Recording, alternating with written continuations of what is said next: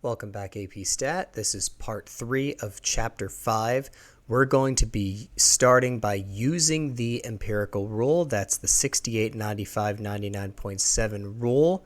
And we're going to be doing this in a more formal way than before, showing all of our work, all of our process.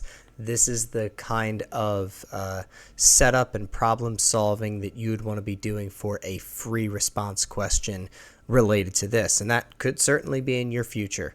Once we get to AP test time. The SAT has two parts, the verbal section and math. Each part has a distribution that is roughly unimodal and symmetric and is designed to have an overall mean of 500 and a standard deviation of 100 for all test takers. That is true, by the way. In any one year, the mean and standard deviation may differ from those target values by a small amount, but they are a good overall approximation. Yes, the test is rigged so that it has an overall mean of 500 and a standard deviation of 100. Okay, there you go. Suppose that you earned a 600, so above average, on one part of your SAT. Where do you stand among all students who took the test? So this is what you should include for all problems like this going forward. First, we want to check that the nearly normal assumption applies. Next, you want to state the model you're using. We're using normal, mean is 500, standard deviation is 100. Next, you want to sketch an annotated curve modeling the scenario. And finally, you make your conclusion, which is the answer to the question, what proportion of students scored above you and what proportion scored below you. So here's an example of good, solid work. So we have our annotated curve right here. The mean is 500. 600 is going to be our cutoff. That is our data value. And we have an area out to the right. And this area is going to be a likelihood of scoring above a 600, okay? And on the left-hand side, we have the area that gives us the odds of scoring below a 600. So, since the data are unimodal and symmetric, I can use the model. I predict that about 16% of students scored above me and about 84% scored below me. Now, reminder, how am I getting the 16%?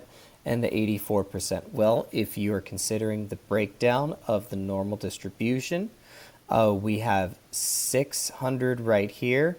This 600 is one standard deviation above the mean.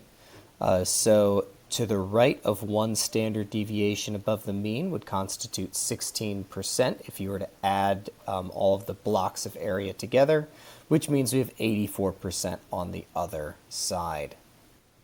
So now we're going to talk about finding normal probabilities given cutoffs. When trying to determine the probability of a data value being above a lower cutoff, below an upper cutoff, or between an upper and a lower cutoff, and it's clear we can't use the empirical rule, there are a couple things we can do. Well, what is a cutoff? Well, in this very faded graph right here, if this is the mean, on the x-axis, here is a data value.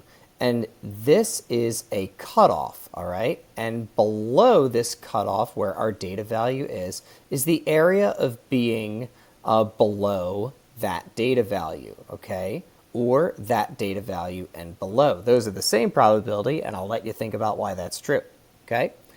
So, we can use in this scenario when the empirical rule doesn't work, this is not conveniently one standard deviation or two standard deviations or whatever below the mean, we could use standardization and a table of normal percentiles, as well as the graphing calculator. Now, ultimately, this is where we're going to want to be, but we're going to use our table of normal percentiles, our table of normal percentiles, and standardization to get started. You will have a table of normal percentiles on the AP test if you choose to use this method. I'm going to be pushing the graphing calculator. You choose which is best for you and roll with it. I won't judge. So for a variable x, so that's our random variable, it has a mean of 4 and a standard deviation of 2. We're going to find the probability that a data value is within the limits using 1, the z-score, and a normal distribution table. That's on the next couple slides. And then we're going to use the graphing calculator. So we're going to start by finding the z-score and using a normal distribution table. All right, using that table of normal percentiles. Okay, that's the same thing I'm referring to up here. So here we go. We want to find the odds of getting a value below 5. All right, so we're going to let 5 be x. What are the odds that x is below 5 if the mean value is 4 and the standard deviation is 2? Next, we're going to say, what are the odds that a data value is above 2.5? Okay. And then we're going to see what are the odds that a data value is between 2.5 and 5. Okay, and we're going to do this all using tables. So in order to standardize, we take the values that we are given and we subtract the mean and then divide by the standard deviation. So 5 minus 4 is 1 divided by the standard deviation of 2 is going to be 0.5. And 2.5 minus 4 is 1.5 divided by 2 is going to be negative 0.75. I should have said 2.5 minus 4 is negative 1.5. Okay, so very good. We have our z values here. Now we can use the table. All right. Now what's going to come up next is some calculator stuff. Don't worry about it. We'll get to that later. Let's see if we can find the odds of our random variable x producing a value below 5, or 0.5 that is. All right, all these z values are negative. Next slide. Okay, so here we have 0.5, and then for the hundredths place, we need a 0, because we just want 0.5, okay? So if we find the intersection of 0.5 and 0 for the hundredths place, we end up with 0.6915, which is our answer. But why is that our answer? Note, we're trying to find the odds of being below 5, okay? This table of normal percentiles says, what are the odds of being below this value? Remember what a percentile is. A percentile is what proportion of the data, or in this case, what proportion of the area is below our value for x. So if we want to be below 0.50, the odds of that are 0.6915. There you go. That's how we would use our table that we'd be given on the AP test, or that you have in a packet that I've already given you. All right, so now we're going to find the odds of being above 2.5. Above 2.5, okay? So we see that z is equal to negative 0.75. We have standardized. Now we use our tables, okay? So these z values are all negative. We go all the way down to negative 0.7. And then we have 0.05 up here. So we need to find the intersection of negative 0.7 and 0.05, okay? And we would land at 0.2266, which is not the answer, okay? Why is that? Well, my value here is z is equal to negative 0.75, and we want to find the odds of being above that, okay? This 0.2266 is the odds that we are below negative 0.75. I want to find the odds of being above negative 0.75. That's going to be what we call the complement, okay? Which is the other share of the 100%. So if 0.2266 is down here, then 1 minus 0.2266, which is 0.7734, that's going to be our answer, okay? So the answer to this question, what are the odds that x is above 2.5? That's going to be 1 minus 0.2266, which is 0.7734. That's going to be our actual answer. Okay, so we take, just as before, we take our standardized value and we use our table. So what about between 2.5 and 5? Well, we already know the z-score corresponding to the data value 5 and the z-score corresponding to 2.5. So the area is just going to be a difference. Okay, let me show you how. If you recall, for the z-score of 0.5, the odds of being below a z-score of 0.5 are 0.6915. And the odds of being below a z-score of negative 0.75 would be 0.2266. So the answer to our question is just going to be 0.6915 minus 0.2266, which is going to be 0.4649. So that's the odds that our random variable assumes a value between 2.5 and 5. Okay, so here we are at the calculator. We're going to go to second, and above vars is DISTR, that means distribution. And we're going to go down to normal CDF. CDF means cumulative density function. All that means for you is we have a normal model and we're finding an area. We are accumulating area, hence cumulative. Okay, so we hit enter. So we have lower, upper, mean, and standard deviation. Okay, so lower, we're going to start there. Our first question was, what are the odds our random variable assumes a value less than 5, given a mean of 4 and a standard deviation of 2?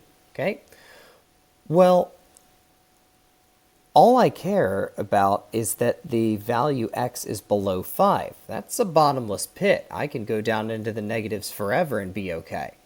So I'm going to enter an arbitrarily low number. Now the calculator supplies one, but one that's easier to type, perhaps, is negative 10 to the power of 99. It does not matter what problem you're doing. That number is basically negative infinity. Okay, of course it's not, but it's basically negative infinity. Okay, so there you go. There's no lower limit, essentially, for all intents and purposes. There is an upper limit, and the upper limit is 5. I want to find the odds that my random variable assumes a value below 5. My upper limit would therefore be 5. The mean, as we've said before, is 4, and the standard deviation is 2. We go to paste, and we hit enter again, and we get the same value as before, except a little more accurate. It's 0.69146 and so on and so forth. It would round to 0.6915, which is what we got before. Okay, let's do the next one. I'm going to go into second distribution again. We're going to go to normal CDF. I'm just going to hit 2 this time. So now I want to find the odds of x being greater than 2.5. So I'm going to enter 2.5 for my lower extremity. Upper extremity, there is none, so I'm going to use my arbitrarily high number, 10 to the power of 99, basically infinity for all intents and purposes. Mean and standard deviation remain the same. I hit paste, and bada bing, bada boom, I have 0.7734 approximately.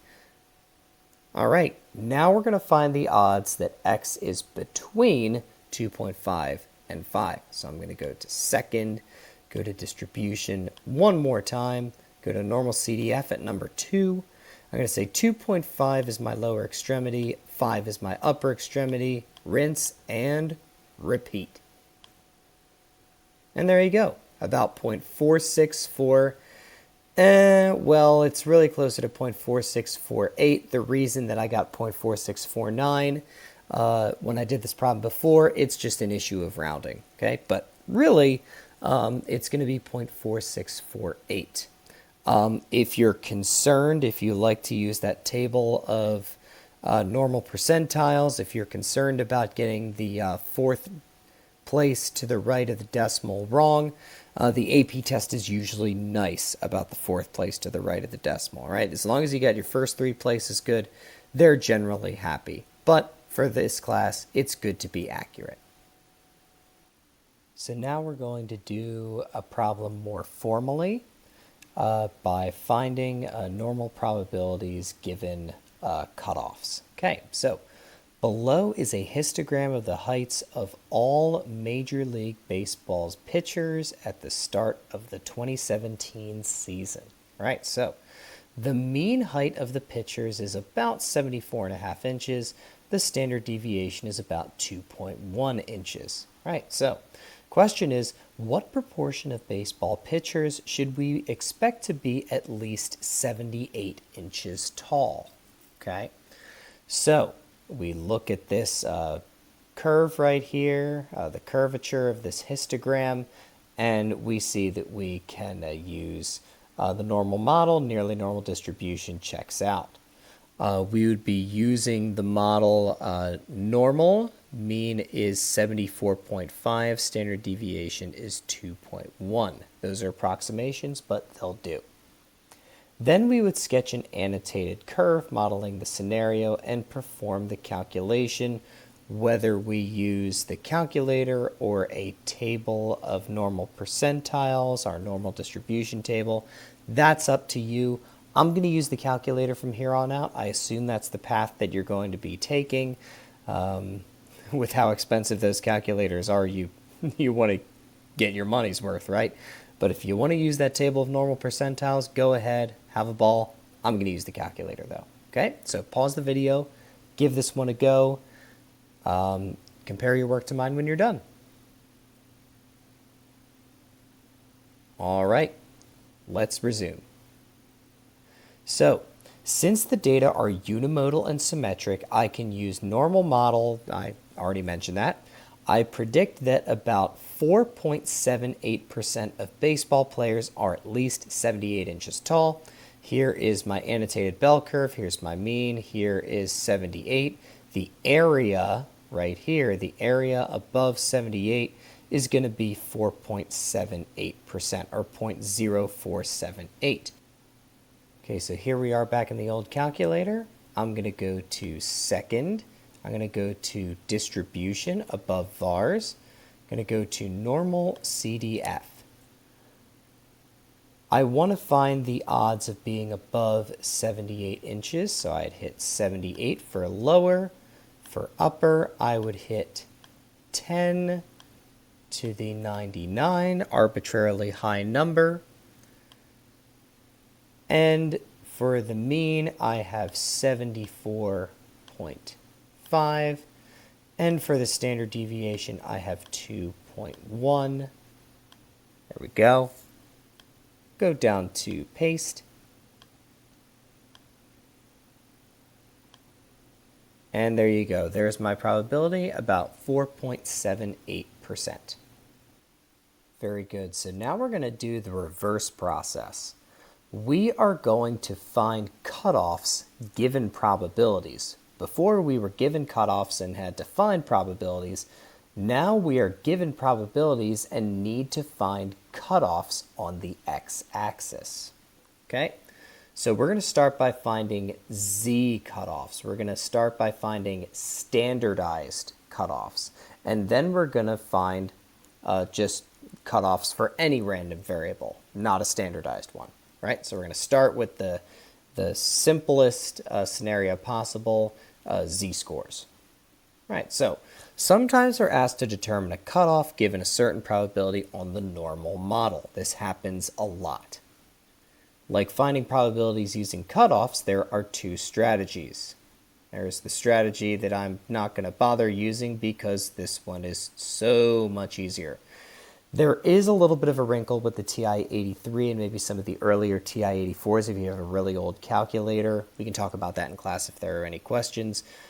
This is the calculator entry you would use in old calculators. All right, I'm going to talk about how to use TI-84 and up. I assume that a lot of you have those.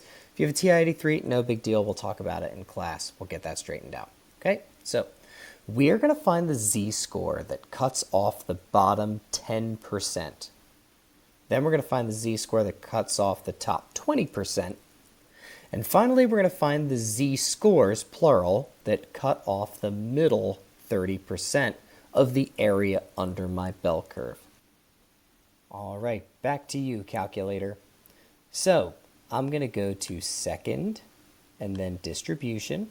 I'm going to go to inverse norm. Now, my first question is find the cutoff that cuts off the bottom 10% of the area under my bell curve. So that area would be 0.1, 10%. And my mean is going to be, well, what is it? Well, this is a z-score. The mean for standardized data is always 0. The standard deviation for standardized data is always 1. So we'll just leave those be. I'm going to hit paste. And there we have it, about negative 1.2816, all right? Okay, so for our next question, we're going to go back to inverse norm, and we need to find the cutoff that would cut off the top 20% of the area under the bell curve. Now, inverse norm, you got to be really careful with inverse norm. It's finding the cutoff for which the probability in question is below the cutoff. What that means is if we're trying to find the cutoff that cuts off the top 20%, we could equivalently find the cutoff that cuts off the bottom 80%. Okay? So I'm going to type in 0.8 right here because the same cutoff that has 80% of the area below has 20% of the area above. Now, if you have a TI-84 plus CE, then all you need to do is click right and enter for your area 0.2 and you're set to go. Okay? Mean and standard deviation are the same as before. I hit enter, and there is my cutoff. Okay, so that's one way of doing it. Another way of doing it that you might like a little better is you go to inverse norm. Oops, that's wrong. You go to second distribution, inverse norm, and you just put 0.2 in there. Okay, and we say mean is 0, standard deviation is 1, and we hit paste, right? And you get the negative variation on our correct answer. Well, what gives? Well, inverse norm says find the cutoff for which 20% of the area is below. But the normal distribution is symmetrical about the mean, which would be the cutoff for 50% below, okay? So if you just put your probability here as it stands and know that you should get a positive answer because we want to find the cutoff for the top 20%, that's obviously going to be past a z-score of 0. That's obviously going to be a positive number. So you'll get a negative number if you were to enter this, but you just say, oh, well, I'm using symmetry. It's actually positive. You're welcome to do that as well, okay?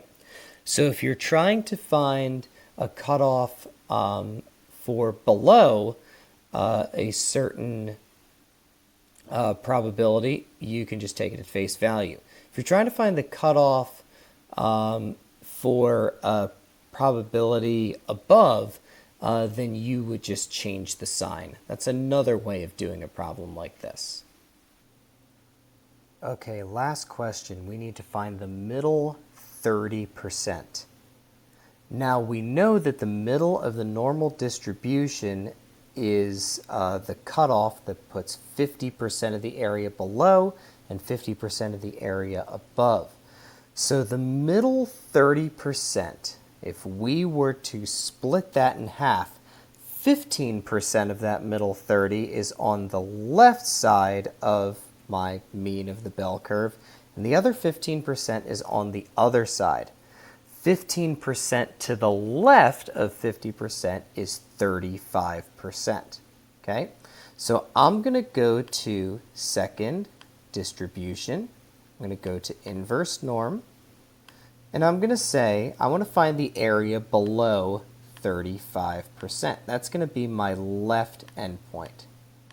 It's going to be my left side.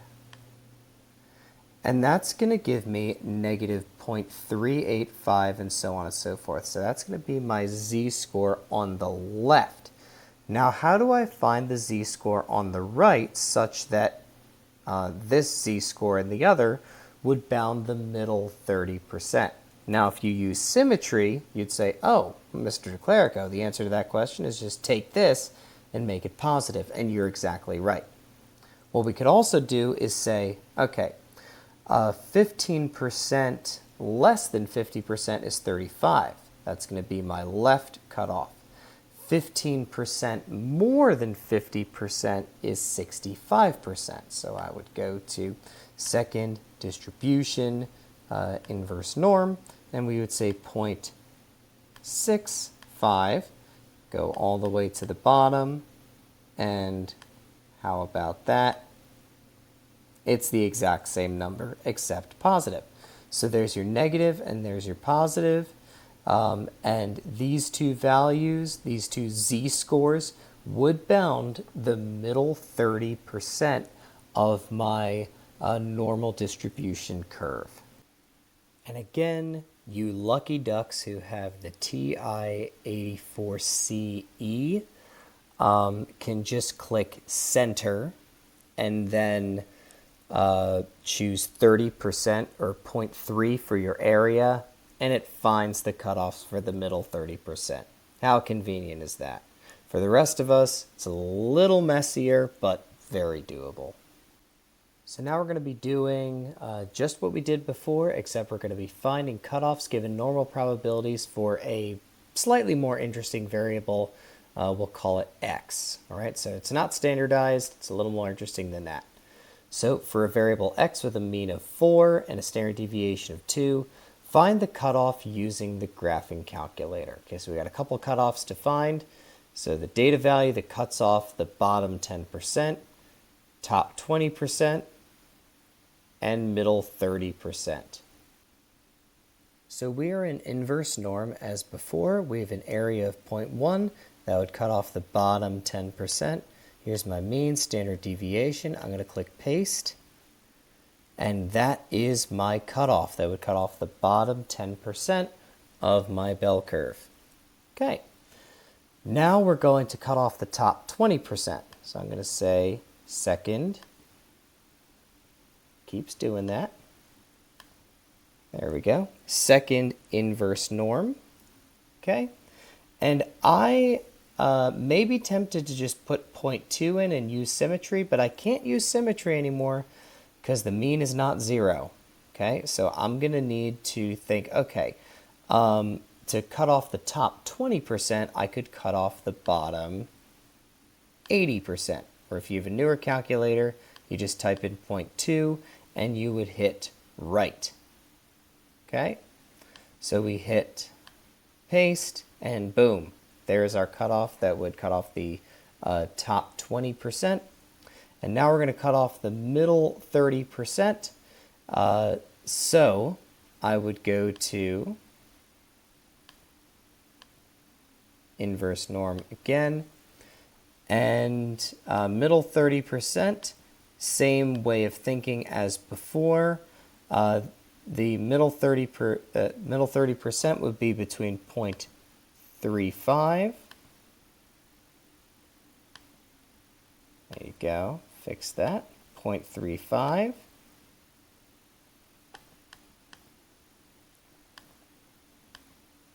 So there is your lower extremity for the middle 30%. And we do the exact same thing, except with 0.65 to enclose that middle 30%.